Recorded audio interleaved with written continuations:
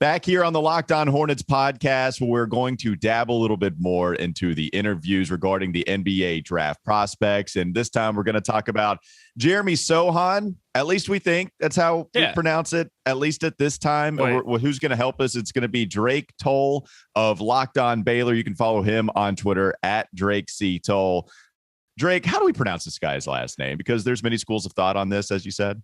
Yeah, Walker, there's effectively like 6 schools of thought, and it's really tough. You just kind of throw it against the wall and hope that it sticks in a press conference, and then he doesn't correct you, which he's probably not going to. So at this point, we're between Sochan and Sochan. I think the flair of Sochan, if I had to pick the way that Jeremy is going to pronounce his own name, I'm going to say Sochan. But you know what? Let's see how many ways we can pronounce it, and then go from there.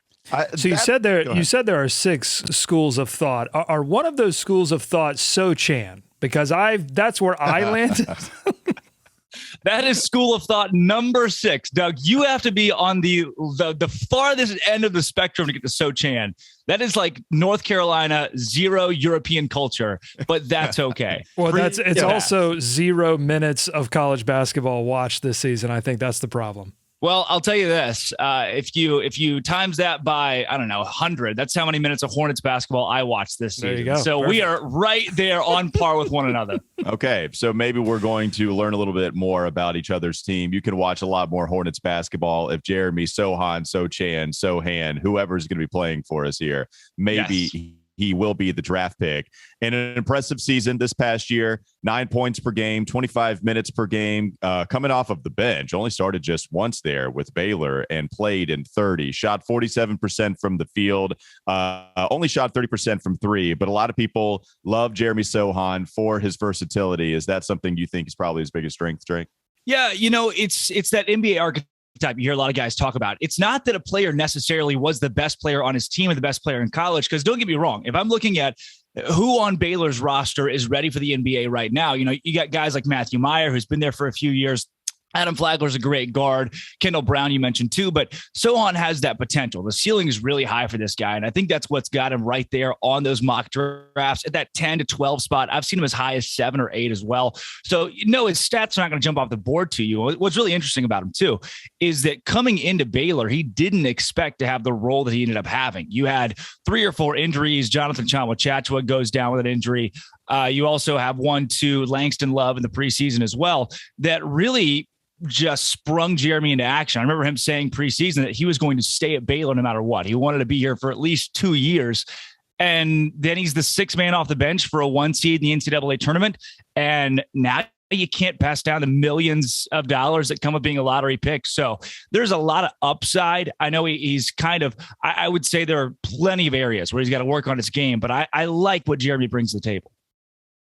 Yeah, and it looks like, the one thing, not the one thing, but one of the bigger problems with him is the 3-point shot and just his overall jump shot. Do you feel like that can come along with his game as he improves in basketball, or is that just something where maybe he's going to be more so kind of a Scotty Barnes, right? Maybe not to the level in which Ben Simmons turned out, but you get the point, that kind of prospect coming into the NBA draft?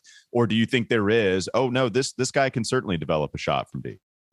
I think a big part of this is vertical quickness. And that's something that I think plays into a basketball player's shot as well. And for Jeremy, he's not completely, his trigger's just not fast enough to be a catch and shoot guy, I think, at any point in time in his career. So I don't see Sochan being a vital part of the offense on the outside for any NBA team. You look at his 3-point percentage this past season at 30%, and that just wasn't his game.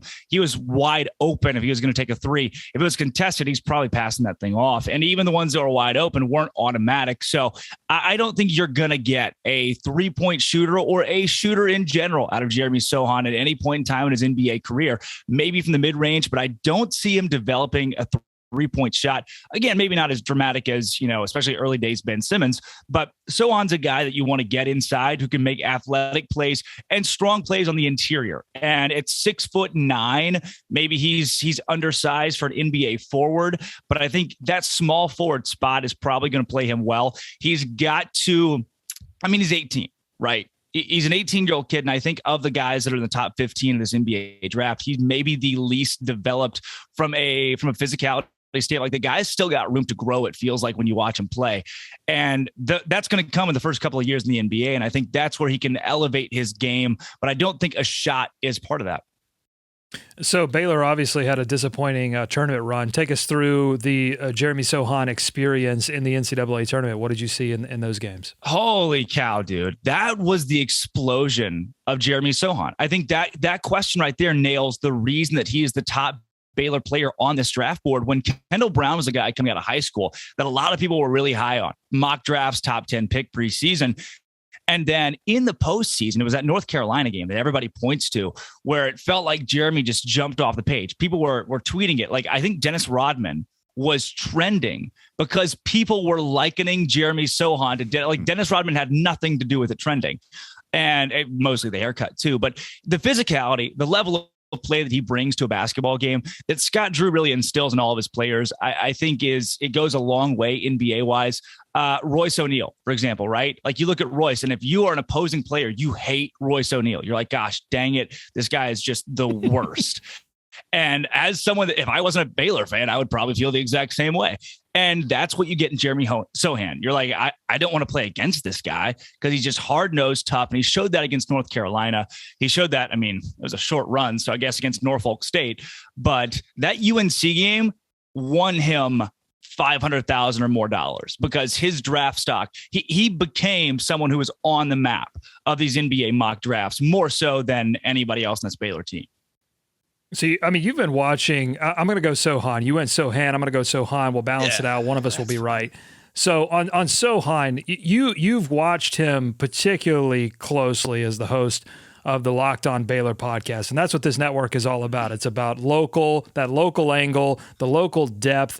So even someone that did watch one or more minutes of college basketball, unlike me, but someone that did watch college basketball, maybe they know a little bit about Sochan, but what's one thing that you wouldn't know unless you really paid close attention to his story, his recruiting journey, and his time at Baylor? Dude, I love that question because there's so many. This guy continually in the middle of the season, you'd be like, what? You would learn something new that you're just completely confused about. He was born in the middle of nowhere in Oklahoma and has the thickest mixture of a Polish and English accent. Like, you don't think Oklahoma, he's probably going to sound Polish. And then he sits at the podium and you're like, holy crap. That's the coolest accent I've ever heard in my entire life. And he's just got this way about him that is so, I don't want to say naive necessarily, but like this tender-heartedness that is probably going to go away within the first year of being in the NBA. But he's got this personality that is infectious. Like, you can't help but love the guy off the floor. That's why I was getting weirdly defensive during the NCAA tournament when everyone was tweeting like, this guy's a punk. I wanted to respond individually to all of them and be like, no, I know him. He is not a punk. He is a nice young man. You wanted to do this Stephen A. Smith. I know him personally. Yeah. He's a good friend of mine. I was going to put out a video and everything and like public service announcement, have like something really dramatic.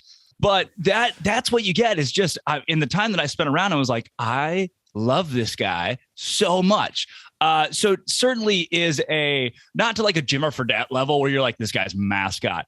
He's not that, but he's got this element to him where you're just drawn to a player, and he brings that out really well.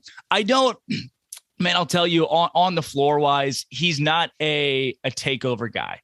We saw him do it a few times at Baylor. I don't think he has the vertical speed, the lateral quick. All of it put together. He just doesn't have that. Put the basketball in his hands, go score 15 in a row to bring a team back. But off the floor, he's going to bring you an unbelievable personality. On the floor, he's going to bring toughness and hard work. He's just, I don't know. I wish I could put it into words. He's like a hug becomes embodies a basketball player, but in the best way possible. And that's as close as I'm going to get. I don't know if that could be a worse way possible. A hug is not a bad thing. I know you love a good hug. And in fact, I think the best way to illustrate how much you love Jeremy Sochan is the fact that you're up at 9:30 a.m. Central Time as a college student during Finals week. Was that a Bang energy drink that I just saw? Hold on. What did you just ingest there? Yes, I start every day just like this. This is my daily routine right here. Hey, same. Drake. I am a fiend for the Bang energy drinks. It is like a shot straight to the face. And I can completely understand why you're taking that, and to give us some nice, great information on Jeremy. This is, by the way, this is not an endorsement. That is frying your insides. That is melting. It's a nap in a can. You can't. It's a nap in a can. It's like a hug in a can. It's a hug, but like a slap hug. I just slapped you. Now here's a hug to coddle you. Or more like a slap. Drake, good luck during finals week, man. All the praise to you. Appreciate you hopping on with us to talk about your boy, Jeremy Sochan, here on the Locked On Hornets podcast. Dude, that luck, I need it. And if he's still available when the Hornets come up, they got to take this guy because he's going to make an impact to whatever NBA team he goes to on and off the floor. Yeah, and we get a chance to talk again, and hopefully we can do so not at 9:30 a.m. Central Time. That's Drake Toll. Go follow him on Twitter to find out more information about Baylor and maybe even some Sochan tweets. He might come at you if you call him a punk. So if you don't do that, you should be all good. Follow him on Twitter at Drake C. Toll. Appreciate Drake and appreciate you guys for listening to the Locked On Hornets podcast.